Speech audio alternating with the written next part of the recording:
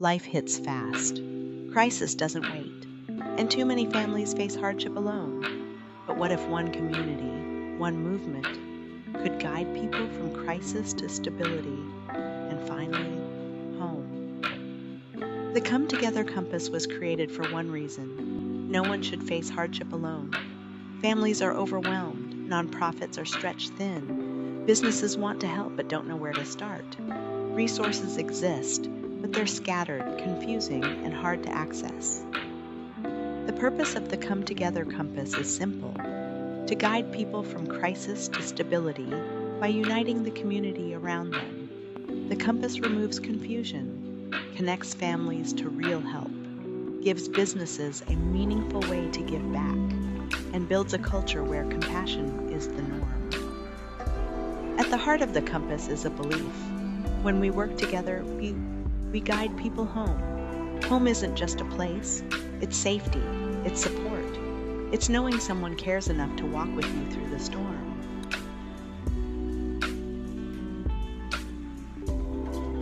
The North Pillar is physical needs, providing real, immediate help: food, clothing, household essentials, transportation, emergency resources. When crisis hits, people don't need a maze, they need a map. The compass gives them a clear path to support. The East Pillar is emotional needs, because hardship isn't just physical. People need connection, encouragement, and strength. The compass offers peer support, check-ins, and mental wellness resources. Help that feels human, not transactional.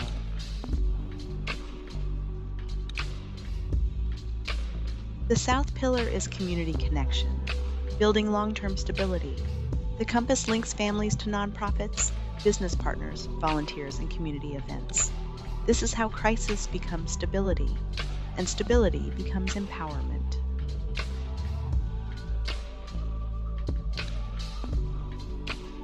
And the West Pillar is the promise of the compass, the commitment that no one will be left behind. Every family will be met with dignity. Every partner will be valued. Every act of kindness will guide someone closer to home.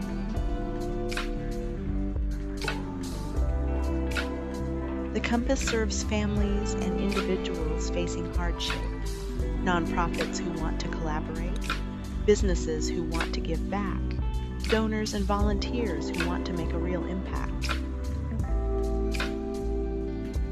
The compass matters because people are struggling silently, because resources are scattered, because good people want to help but don't know where to start, because community should mean something. This is more than a program. It is a beacon, a guide, a promise. Join the movement, support a family, partner with the compass. Help us guide people home.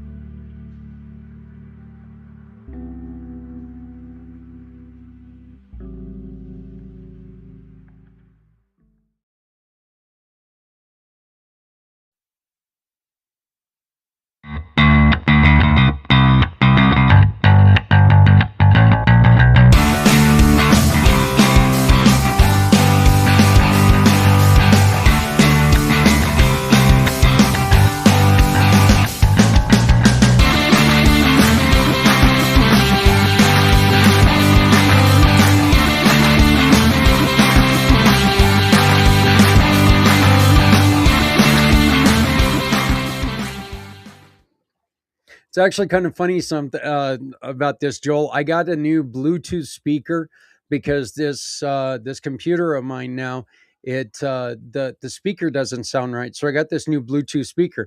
I Right. just took and I pressed play on our intro, and as it was coming in, I realized how loud that intro music was. So I was worried about having like a reverb or a bounce back or something. I didn't even So I had hear to. it. Did it even start playing? Oh yeah, oh yeah. We went through. So, but hey, everybody, how's it going? Zak Clayton here with my good world traveling Egypt bunny, Mr. Joel White. How you doing, brother? I'm all right there. Sorry about that. Complete. I didn't hear the music. My side. That I was well upset with that. I like having a little dance. I don't know what went on there. Deeply concerned not to have a little dance there. But Well, yeah, yeah, as you said, in the pre-show, you kind of still trying to get caught up. Been a been a little bit of a been a little bit of a hectic start to a year. I would yeah, definitely go so far as that way. I think I really wonder right now with everything that's going on. We just had a well, it depends on who you talk to and what time of day you talk to them. We either just started a war or we didn't. So it really depends on what's going on. And we've got this fuel prices are just going out of freaking control right now. Here in the states, I'd imagine that's probably not the greatest thing up there. And it's one more addition to a stress level that men are feeling, that are yep, added on to what you feel every year, like right after Christmas, paying for those holiday bills and just trying to get caught up in work. I remember when I had a quote unquote real man's job, I hated January and February, going into March, because they're in, November and December, you had all that time off, and it was like, yeah, I have to work 3.5 weeks, but I mean, hell, look at this. I get days off now, yeah, now, uh, and I loved it. And then along comes January, and you're just looking for that, next national holiday. You're like going, God, when do I have a next day off? yeah. Did I get paid for? And it ain't showing up. So, but Joel, how was Egypt? Egypt was great. Honestly, it was absolutely brilliant. Really enjoyed it. It was interesting to say the least because I remember in our last show I went away with my ex-wife and my Yeah, son. Um, yeah, it was good. It was good. We had our moments, a little bit of naughtiness at each other. But overall, it achieved what it was wanted to achieve, which was creating happy memories for us all, but more so for my son. And for me, if people have been watching this, I very much are doing what I can to give the best example for my son with that. Do you know what I mean? So, yeah. yeah, Look, I'm gonna tell you something. One of the hardest things that I had to go through after my accident was when I had to tell my son that, because of the accident, because I wasn't getting, the money coming in or anything, he was unable to go to a trip to Germany, Switzerland, and Austria. And he had a chance to go to Treblinka, and go to a couple of these, go to a couple of these concentration camp areas and learn about yeah, that part of history. And a lot of our heritage is from that area. We're our families of the Germanic area. yeah, And so, me telling my son, and I'm telling you right now, Joel, I'd go through this motorcycle accident every day of my life if I could have just sent my son on that trip.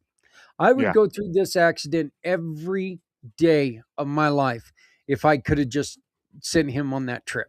I mean, I deal with the pain every day for the rest of my life if I would have been able to send him on that trip. And what you did with your kid, and this is also coming from a history guy. So, and Egypt is one of my favorite places to learn about. I listen to more stuff about Egypt and watch.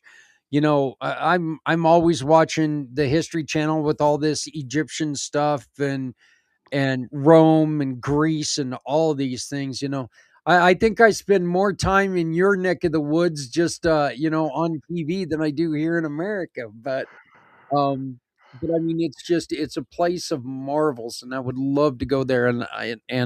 I'm so envious of you, and I think it's so neat that your son got to experience this. And yeah, he probably doesn't know yet what he saw, but I think that when he gets a little bit older, he's going to have a wonderful memory of it. For sure. And I can only talk from his perspective. He's very fortunate. He's got two parents who are able to take him on some of these holidays. Do you know what I mean? And it was great that he got the best of both worlds. Me and his mum together. And I'd be lying to say it wasn't incredible. Some of the stuff to see, it was just phenomenal from that degree. And the biggest thing which got me was just the sheer size of some of the places, Yeah. but also the amount of people and teamwork and dedication was astronomical. And going around these places unfortunately made me think about what the world is like today. I just do Right. not think we have the ability or the patience or the skill to recreate those. Even with our modern technology, I don't think we could even get close to it. We really couldn't. And it kind of says a lot, really, about where we're going in general as a human race. So You know what always freaked me out is hearing the stories about how when when King Tutankhamun was leading the country, he could look at the Sphinx, and the Sphinx was older than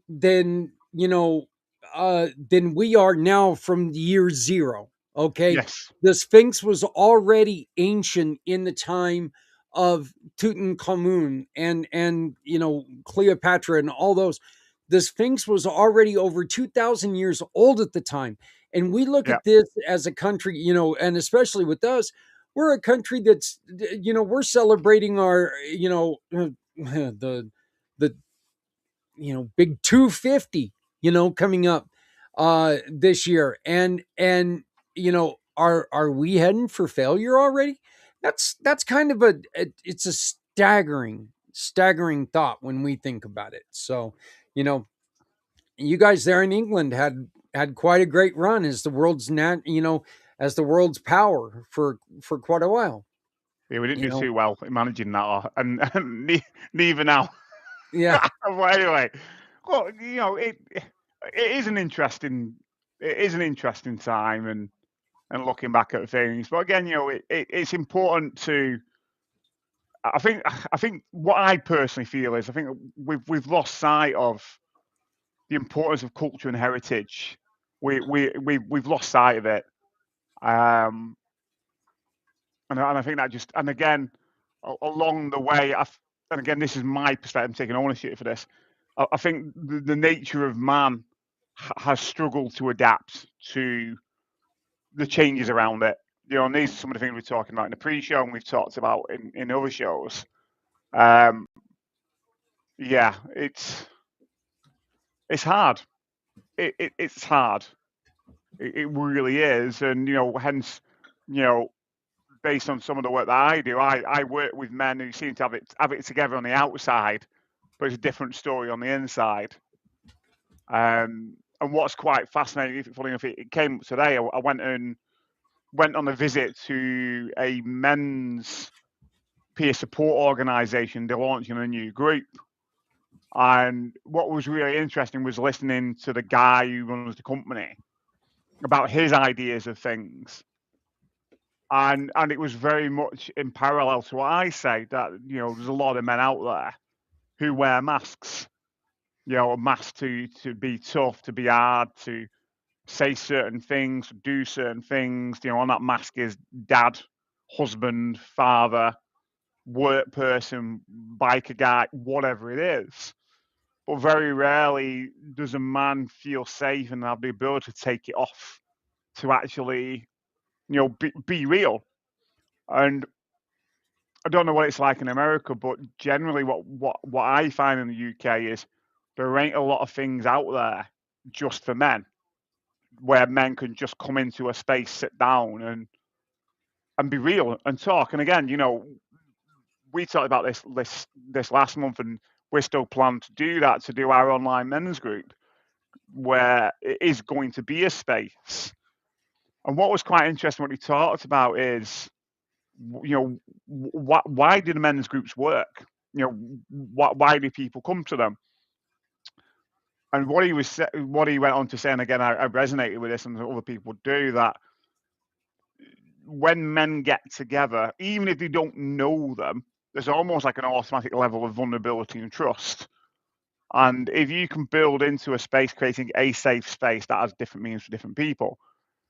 But the reason why they work is that men feel seen, they feel heard, and they feel validated. But they also feel challenged, that challenge comes back, not as a criticism or taking the piss. It comes back as an accountability, responsibility challenge. And you see men grow in that space.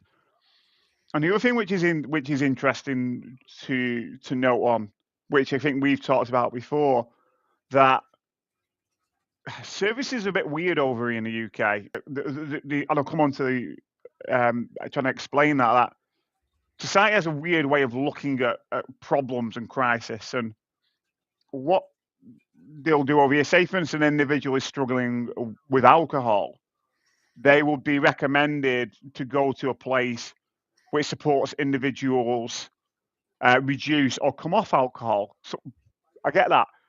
But what's quite interesting to challenge that, surely if a person wants to come off alcohol, they would go to a group of people who are supportive who never had an issue with alcohol.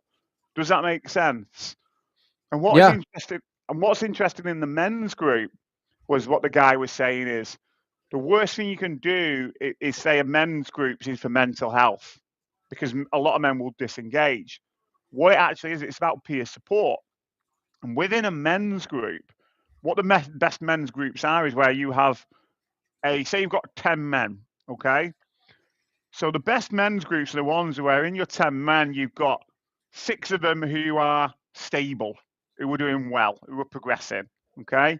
You might have a couple in the middle, and you might have a couple at the bottom that are in crisis.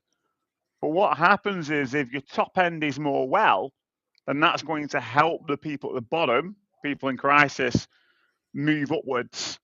Because again, and this is what I was even talking about somebody about this the other day when I was delivering a wellbeing course. The services in this country, in the UK, and from our perspective, are really geared around that when you're in the shit, when you're in the crisis point, that they will come in and most of the time help you out, okay? And they'll move you along to that point of stability, and then they go, right, bye, see you later, we're off, okay? And what usually happens to these men is, where do they go? Of course they go backwards. They go back into crisis because they don't know what stability and onwards is, stability to wellness. They've never experienced it. They don't even know where to start with it. So it's no wonder they go back the other way. And I feel if this is the service that men have of generally moving from crisis to stability, how can you expect them to grow beyond that? Does that make sense? Yeah, and the truth is that they're not concentrating on stability. They're gonna, they'll send you to a food bank. They'll give you food, but I mean, you can look at it the way that I guess the Bible puts it. That you can teach a man to fish and he'll eat every day. You can give a man a fish, he'll eat for one day. This is Yeah. really kind of the way that a men's group can be there, because a men's group can tell somebody, hey, I hear what you're saying, and you're kind of full of shit, and you're the problem with you being full of shit is you're not just full of shit to us, you are this to yourself. You're Yeah. trying to convince yourself that you're not something that you are. Yeah. Okay. You're trying to convince yourself that you're more than you actually are. And you need to stop, and you need to take that realistic look at yourself. And our goal isn't to sit there and lambast you and put you through the ringer. Our goal is very simple. It's to make sure that you understand, look, if you are going to take, and if your life is all about glamorizing yourself, then I'm sorry, you're going to live in a fantasy world. And living in Absolutely. fantasy world, hey, sounds great, sounds fun. I mean, hell, I'd love to ride my unicorn all day long. But the truth is that's not a real life. That's not a way that you can ever truly be happy with who you are if you're living something that's not you, you know? Absolutely. And, the other thing, and we were speaking off air about this, things have been a bit ropey at the moment with certain things around me, around finances. But what I've done is, if I'm all about practicing what I preach, then the only way for me to demonstrate that is to be open and vulnerable to others, because that's really important and what I feel to do that. How can you help other people move from stability to wellness if you're not taking accountability and responsibility for yourself? And you will go up and down. That's okay. What matters is, are you heading more in the up direction than you are the down direction? And what's also really interesting, we again, this might segue into some of what you were talking about before, is there is a lot of men out there. Men aren't stupid. They know they've got problems. Okay, a lot of men do. They're not stupid. You know, I'm yet to find a man who had no idea whatsoever that he was moving from wellness to illness. I'm yet to find one who's that naive. A lot of the time, men just ignore it and they hope it goes away. But also, I think what comes into it is where some of the fear of accessing services comes in. Is it ain't an easy ride to move from crisis to stability, and it's even harder to go from stability to wellness. Because to move into the wellness thing, you've got to bring in all those parts of yourself: the good, the bad, and the ugly. The ugly bits you've locked away, and it can be hard. And it has its moments on this journey of fulfillment, or whatever phrase you want to use, is that you've got to face some not great choices. We talked about this before. I made some really poor choices, but how are Mhm. you going to move forwards and learn if you don't take accountability and responsibility for your actions? You're just not going to do it. And you might still find, and I still will find myself making poor choices, but what I hope is that overall I make better informed choices than I do the poor ones. Well, and Joel, that's really one of the things that Rewired for Men, and that's really one of the things that you kind of taught me when I took the class. Okay, when I took the course, was look, we can sit here and we can think about how in these poor choices we can try to find in our mind what we were thinking at that time. We can sit there in our mind and come up with reasons why we did this, or we can sit there and we can concentrate on what was I doing at this point in time? Why did I make this poor choice? Why did I stop? That Yeah, choice it's made. There's nothing that you thinking about it. There's nothing that you can do about that choice now. There's nothing. You made it. It's done. It's done. Are you going to do it again? Hell no. Not if yeah. you're thinking about it 30 years later. I'm pretty sure, I'm hoping you're not that moron who's going to take and go, well, this has ruined my life for 30 years. I think I'm going to do it again. We know there are some guys, they'll never learn. But the one thing that your course really did was like, you know what? You can think about, you know, why you did this. You can think about what it led to. You can think about all this stuff, but do you really need to waste your time on it? It's over. Abs- It's Absolutely. But let's also, build. go on. Let's let that go, Yeah, and let's let that go. Let's not let that bother you right yeah. now. Let's lower let's lower the discomfort that you feel right now and move on, because this is not it's not you. It's not part of your life anymore. You need to move away from Absolutely. it. Absolutely. And the other thing that come in, what I do is the life will throw curveballs. It does to me. Mhm. And, you know, a time this week, I did feel overwhelmed by it. I'm human. But I was more able to move on from it and put solutions in place. A lot of people talk about anxiety, and anxiety is a really helpful thing because it helps you in a way to take stock of your environment. Okay, is it safe?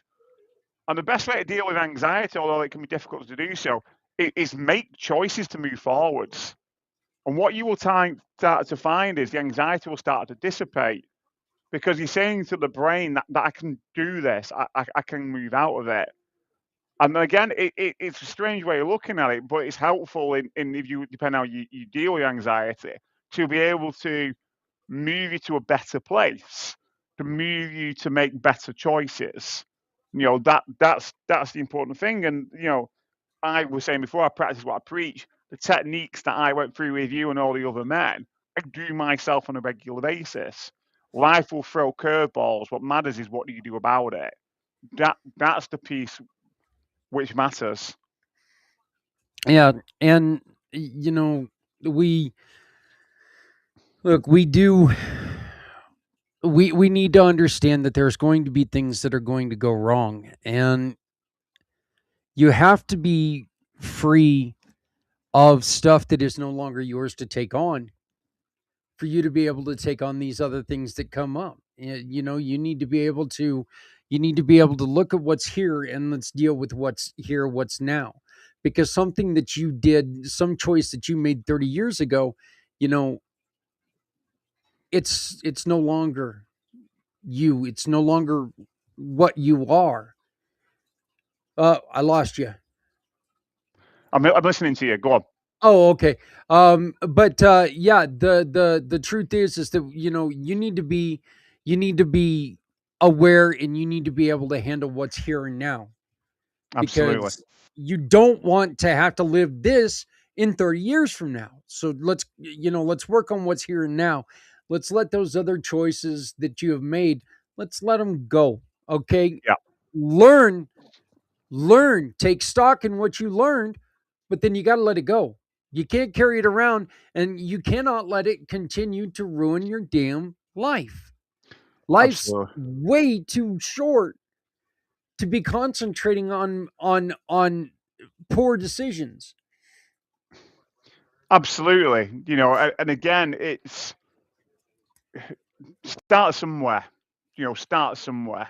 You know, that's the important thing. Yeah, life isn't rosy all the time, but what matters is what are you going to do to move forwards in that. You know, this again comes back around to that aspect. Massively does. Yeah, yeah. Joel, one of the things that we've got going on right now is it's National Brain Injury Awareness Month, and I brought this up to you. You know, we all know that I deal with a brain injury. We all, you know, that's the whole reason why we started Community Pay It Forward and trying to find ways to help people. Um, One of the things I was thinking of when I knew that you and I were going to be talking to each other is I I remember those times going, God, I don't know what the hell my head's going to do. How's this going to restrict me? How's this going to change me? Yeah. I remember physically and emotionally worrying about things at times. And I remember it being something that knowing that it could be something that if I wasn't who I am, I could see how emotionally and mentally it could really demolish who you are because if you are so stuck on being who you are, if you are so unable to change, you could be in a lot of trouble. Yeah. Yeah. And again, what's quite interesting with this and that men, this goes back to we were talking about it before, you know, men wear a mask. And sometimes you believe the mask too much that I've got to be successful and I've got to do this job and then blah blah and all the rest of it. And that's great if things are going peachy, but that can dramatically change if when you have an accident because you know most people have accidents, brain injuries that they're not the same as before the accident.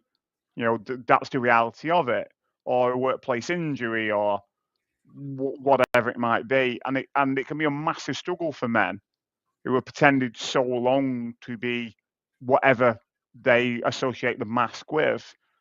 So it becomes even harder for them to make that adjustment from that perspective.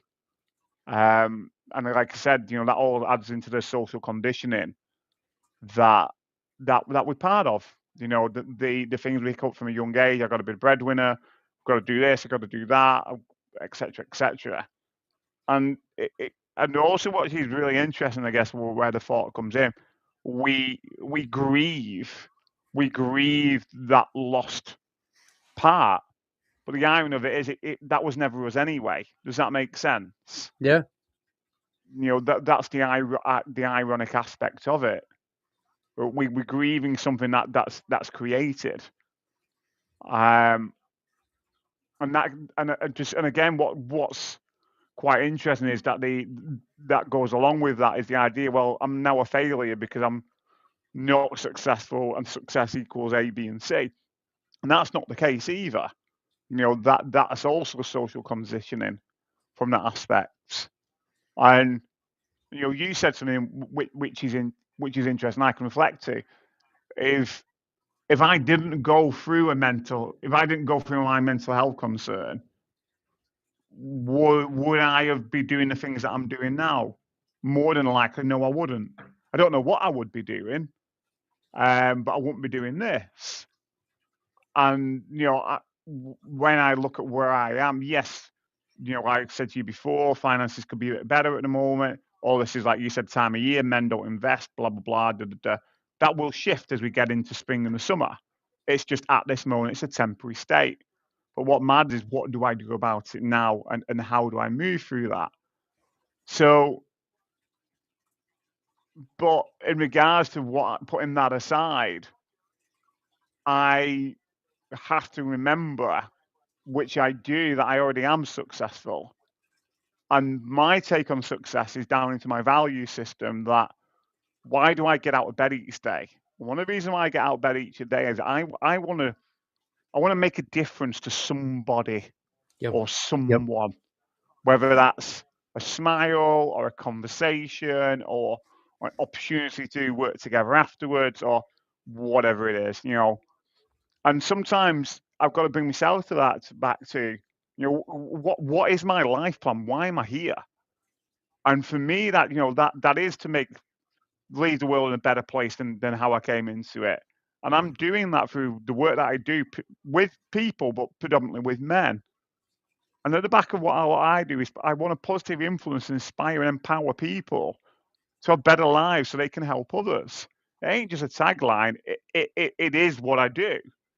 And I am fortunate that I have had some men say to me, if it wasn't for you, I would have took my own life. And men don't mince those words. Do you know what I mean? They really, they really mean that.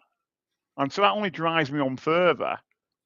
And again, what we were talking about off air, men aren't always the easiest ones to engage around the mental health because for so long that we're carrying these masks that don't particularly help situations. But what I've learned around working with men is if you practice what you preach, that one man becomes two, two becomes three, and it rolls from there. Do you know what I mean? And that's what I take from my experiences of what I've been through, and and why I do what I do from that. It's not just that we wear a mask, Joel. We give personality to those masks. We give Absolutely. personality to that other person.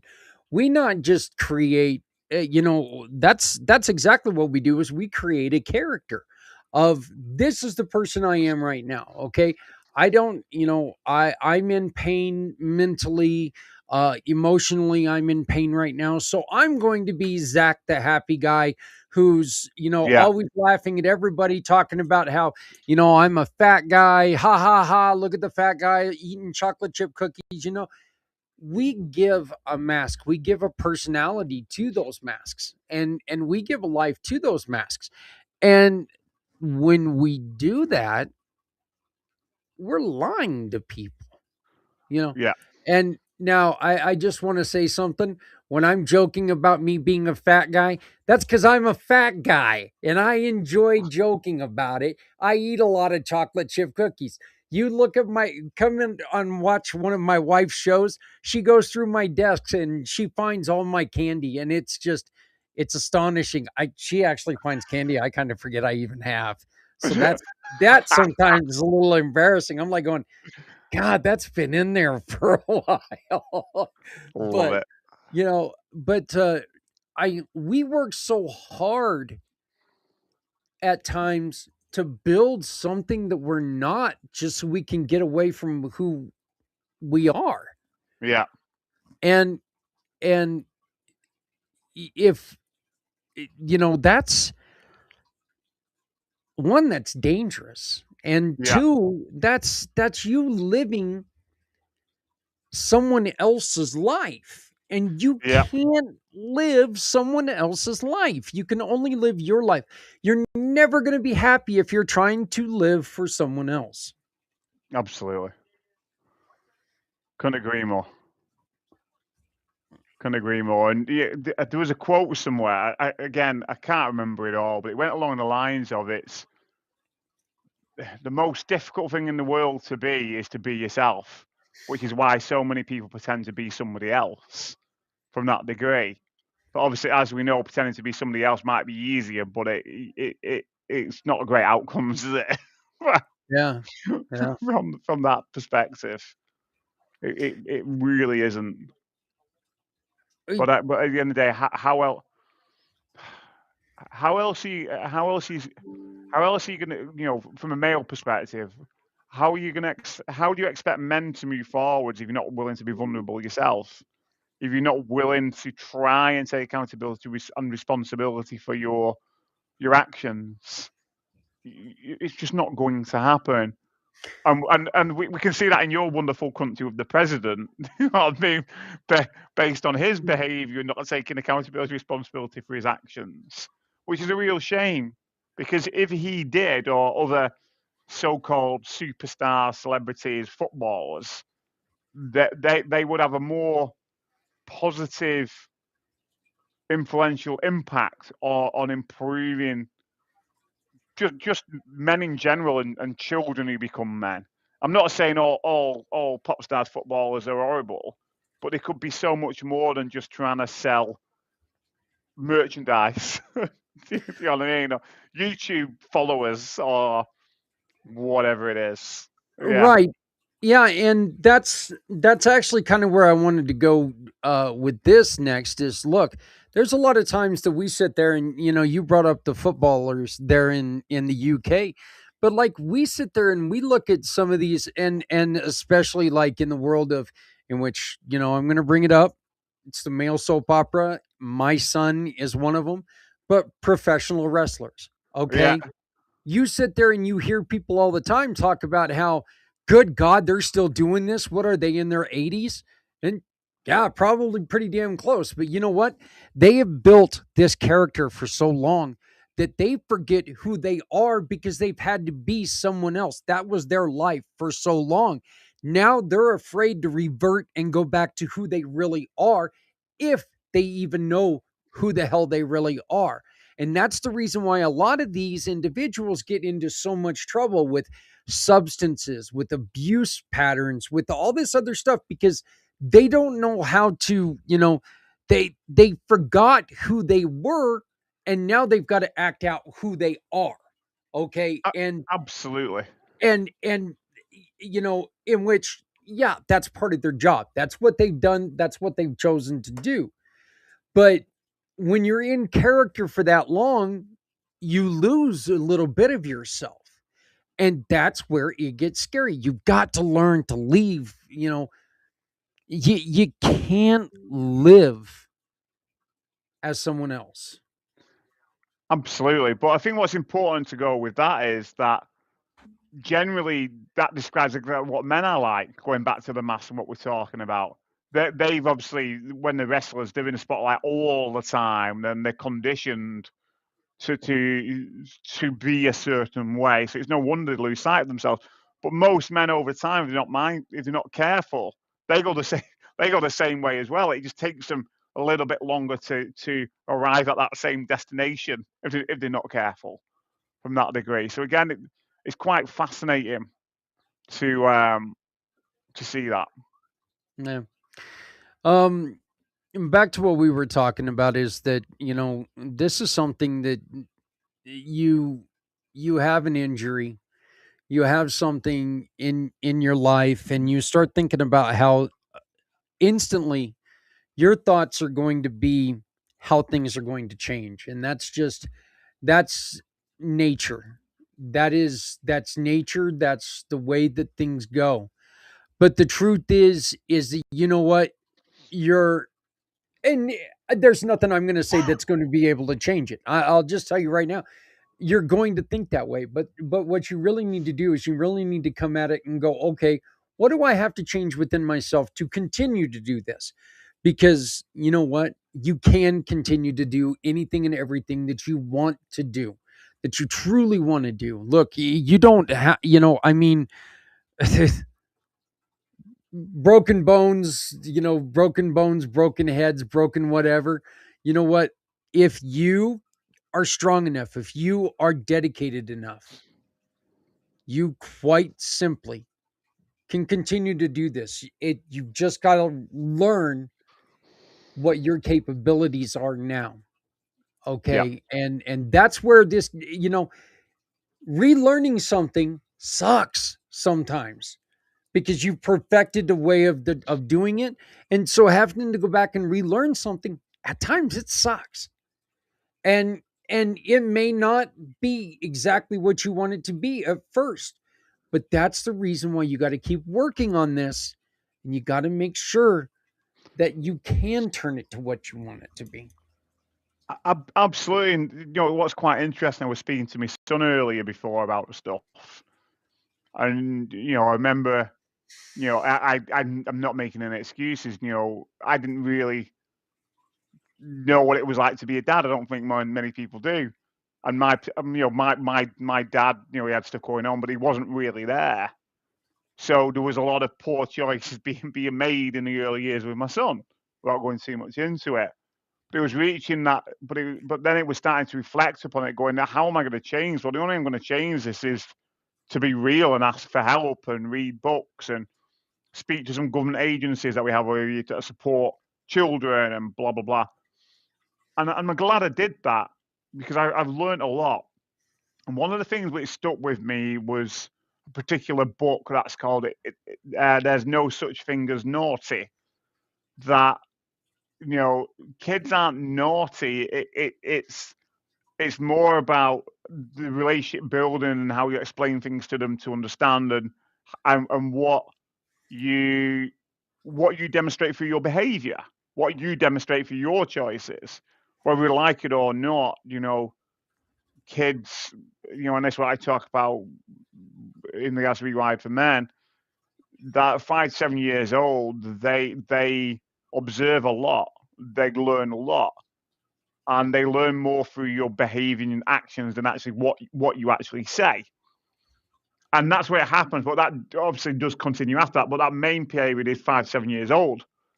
And it then shapes a lot of what you do around that aspect. And what this book talks about, or the main line in the book has, it says, listen, parenting is not about getting it right all of the time, because that's just not possible. No one is a perfect parent. It doesn't exist. No. What it's about is about getting it right most of the time.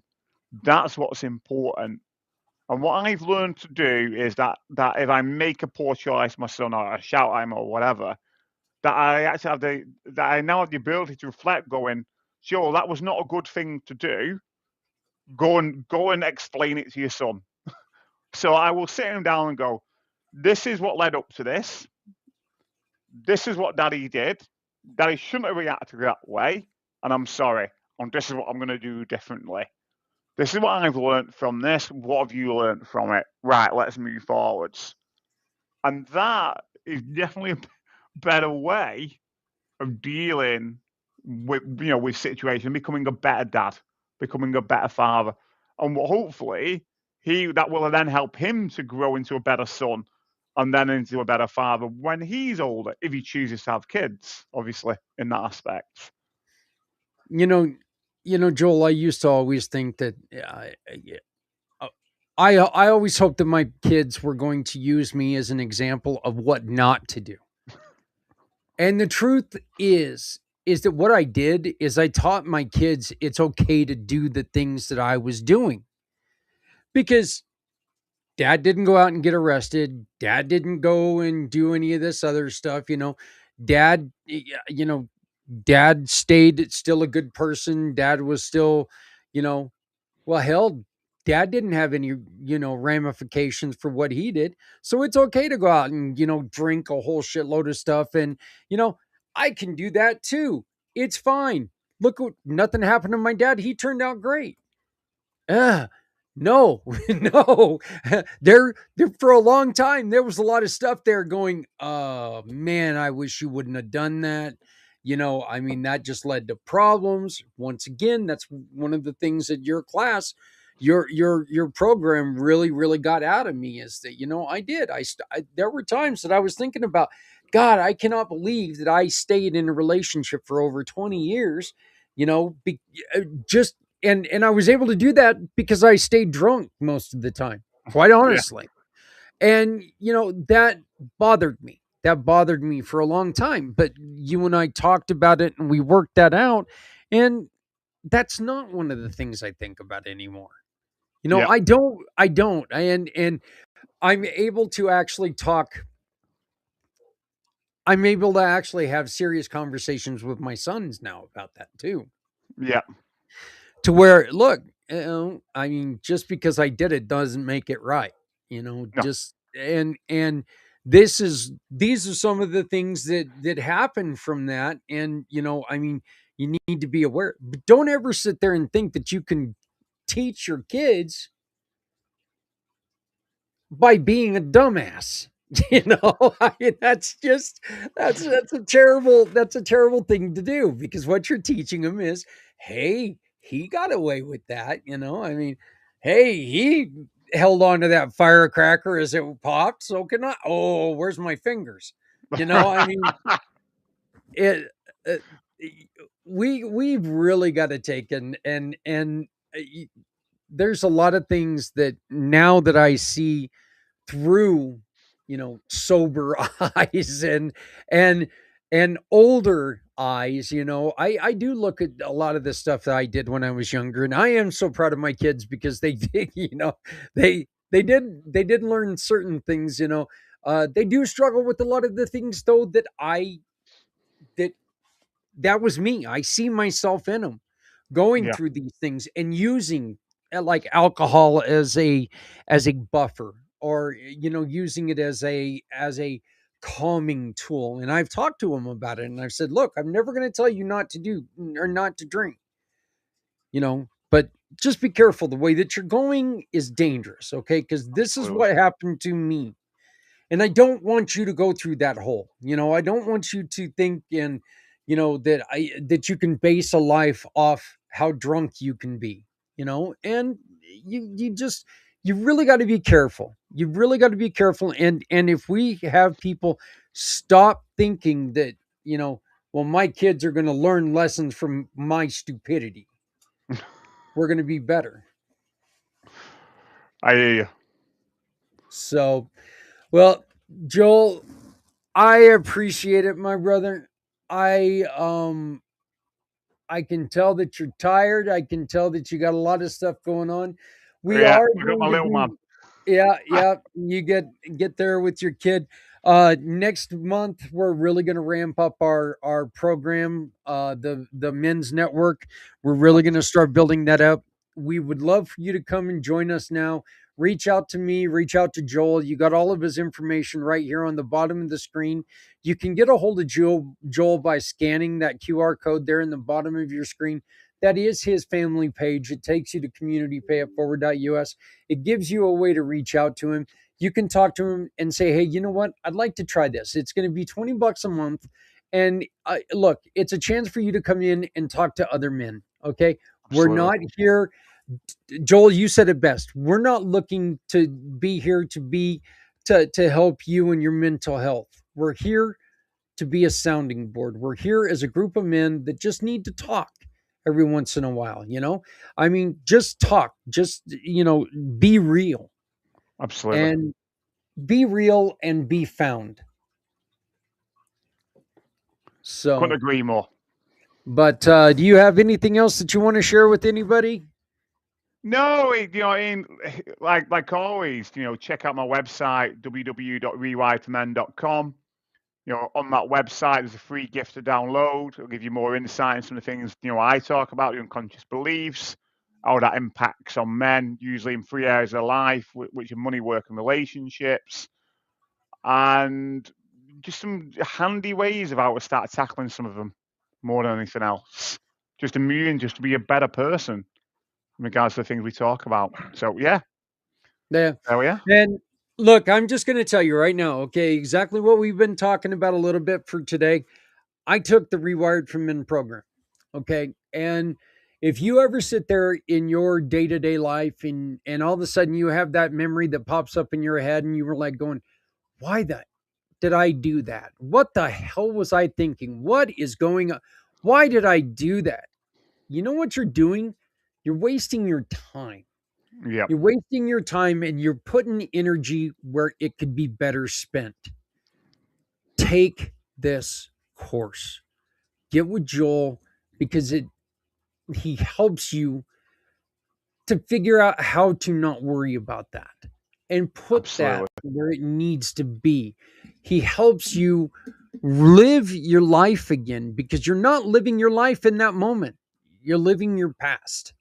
Hmm. If you're living your past, you can't live your life. So, for my buddy Joel, the world traveler, the Egyptologist, the guy who went to my heaven.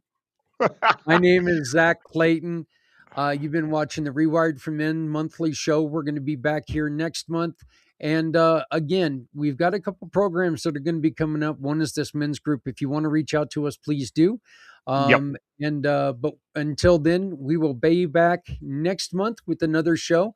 If you would like to join us, please come on and join us. If you have something to say, if you want to get out here and you hear something that we say that you're like, hey, you guys, you're full of shit.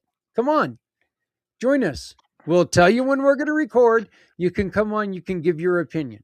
If you're right, love it. you're right. If you're wrong, you're going to be told you're wrong. Quite simply. I love it. So, Absolutely. so and if we have to use colorful language, yeah, what the hell? Why not? So, but until then, Joel, have a great time. I'll talk to you soon, brother. Absolutely. Cheers. Until next All time. right. And now, on with the music. Yay!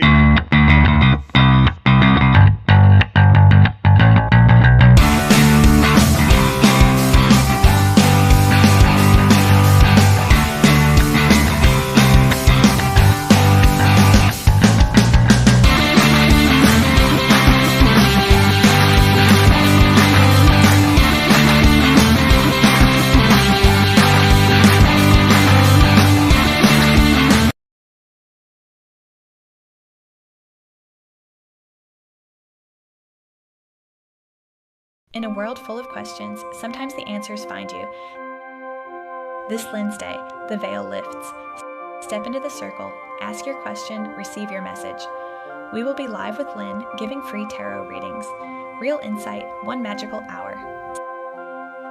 We'll also share how you can help with Miracle of the Season, our global tradition of giving joy and togetherness.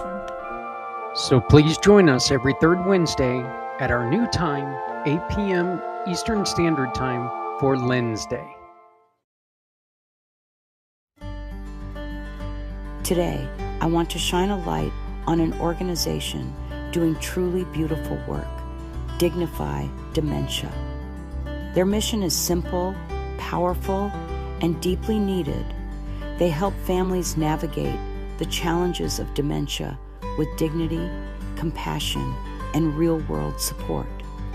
They understand that dementia doesn't just affect one person, it affects entire families, and they step in with resources, education, and comfort to make sure no one walks that journey alone. And in the spirit of comfort, connection, and care, Dignified Dementia has donated something incredibly special to support the Come Together Compass, a beautifully stitched fur-lined blanket. This blanket isn't just warm, it represents the comfort we all deserve. It represents the support we all need, and it represents the kindness that keeps our community strong. Every dollar donated gets your name on the wheel of giving. $1, 1 spot. $5, 5 spots. Every donation helps us continue building the Come Together Compass, a system designed to guide families, veterans, and neighbors to the help they need when they need it most. And yes, one lucky supporter is going home with this incredible blanket from Dignify Dementia. This event runs through April 1st, and every contribution brings us one step closer to making sure no one faces crisis alone. Dignify Dementia stepped up with comfort. Now we're asking you to step up with support. Together, we can build a community where compassion isn't just a word, it's an action. And the Come Together Compass makes that possible.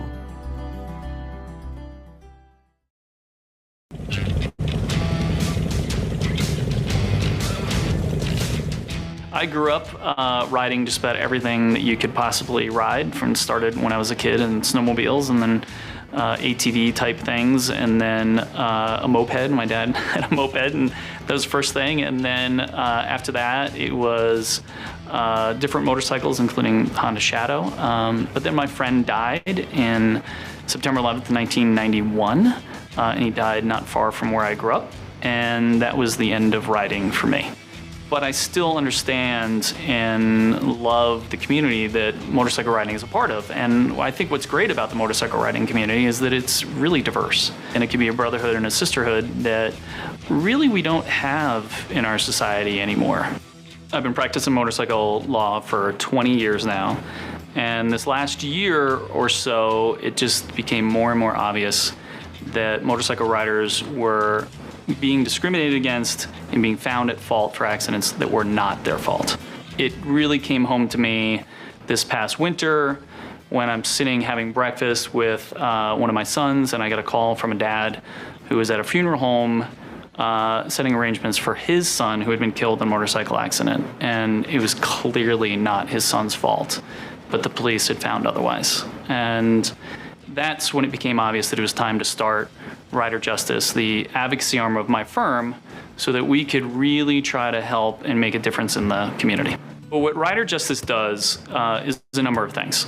The most important thing, and I think it's probably the most unusual thing that we're going to do, is provide free assistance, legal assistance with traffic tickets for motorcycle riders, that when they get a ticket while riding on the motorcycle, we'll represent them for free in Denver, Arapahoe, and Jefferson County. And if it gets bigger, we'll do more. We are doing free assistance for traffic tickets because we have seen so many cases be decided, I think, the wrong way. The next is working with our state legislature to try to affect better laws to protect our riders out there. And that includes increasing penalties for distracted driving, trying to just make our roads safer for motorcycle riders in general. Over this past couple of years, I've worked with the state legislature, in particular, Senator Lois Court has helped increase the penalties for distracted driving with a mobile device. So other states like New York have strict penalties on having a phone in your hand. People warn you when you go to visit, do not drive with a phone in your hand. And we need to get to that point. The next would be working on community classes like accident scene management and other classes for different groups and organizations to try to get them so that, God forbid, when something does happen, they're prepared as a group or individuals on those rides to really help one another during that terrible time.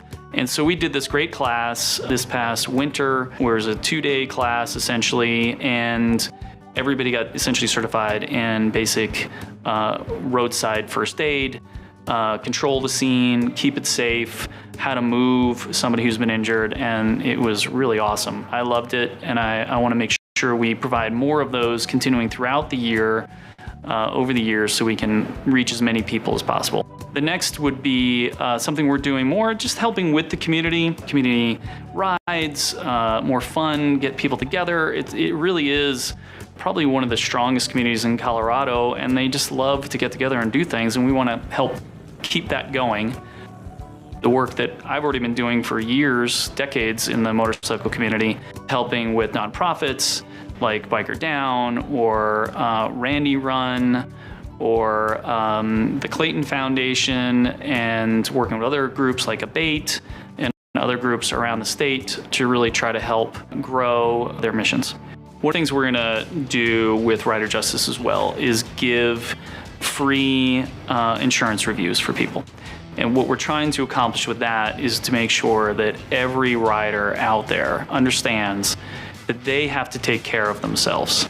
They can't rely on the at-fault driver to have the right kind of insurance. They just don't. 3/4 or so of the people on Colorado roads don't have it. And the right kind of insurance is maxing out to their level that they can afford of at least $250,000 in underinsured motorist coverage, because that covers you in the event that the other side just doesn't have enough.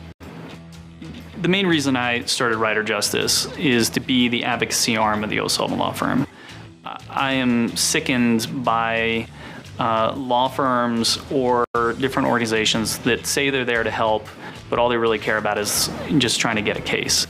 And what I'm trying to do with this, and what I've been doing now for 20 years, is actually be in the community, try to make a difference, try to make the roads safer, try to fight the discrimination in a way that just the law firm alone can't. We have to be doing this as an advocacy group out there trying to make a difference. And it is just so important in our community at this point.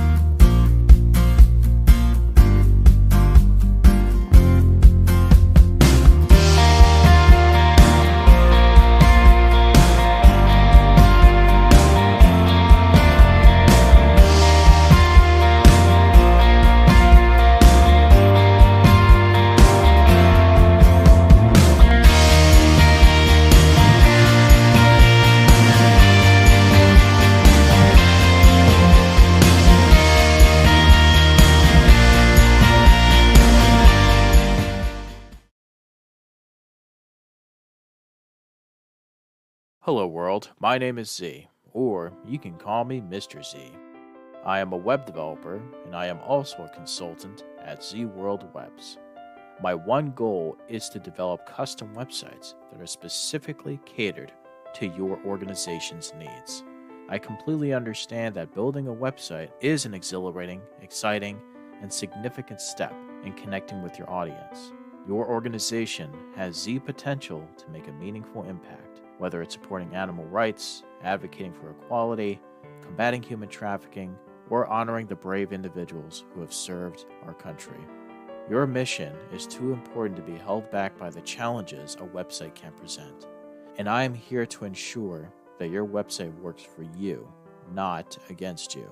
Whether it's maintaining, developing, or redeveloping a custom website that is specifically catered to your needs. And with that being said, I would be more than delighted to learn more about your organization and, of course, develop a website Z World is waiting for. Thank you. Today, I want to shine a light on an organization doing truly beautiful work, Dignify Dementia. Their mission is simple, powerful, and deeply needed. They help families navigate the challenges of dementia with dignity, compassion, and real-world support. They understand that dementia doesn't just affect one person, it affects entire families, and they step in with resources, education, and comfort to make sure no one walks that journey alone.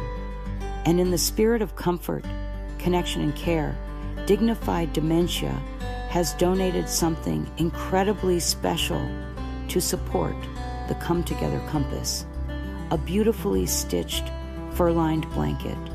This blanket isn't just warm, it represents the comfort we all deserve. It represents the support we all need, and it represents the kindness that keeps our community strong. Every dollar donated gets your name on the wheel of giving. $1, 1 spot. $5, 5 spots. Every donation helps us continue building the Come Together Compass, a system designed to guide families, veterans, and neighbors to the help they need when they need it most. And yes, one lucky supporter is going home with this incredible blanket from Dignify Dementia. This event runs through April 1st, and every contribution brings us one step closer to making sure no one faces crisis alone. Dignify Dementia stepped up with comfort. Now we're asking you to step up with support. Together, we can build a community where compassion isn't just a word, it's an action. And the Come Together Compass makes that possible.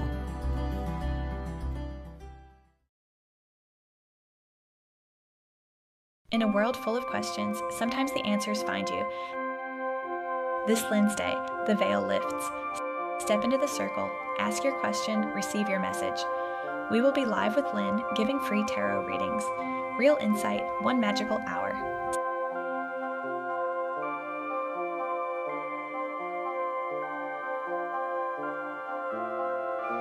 So please join us every third Wednesday at our new time, 8 p.m. Eastern Standard Time for Lynn's Day.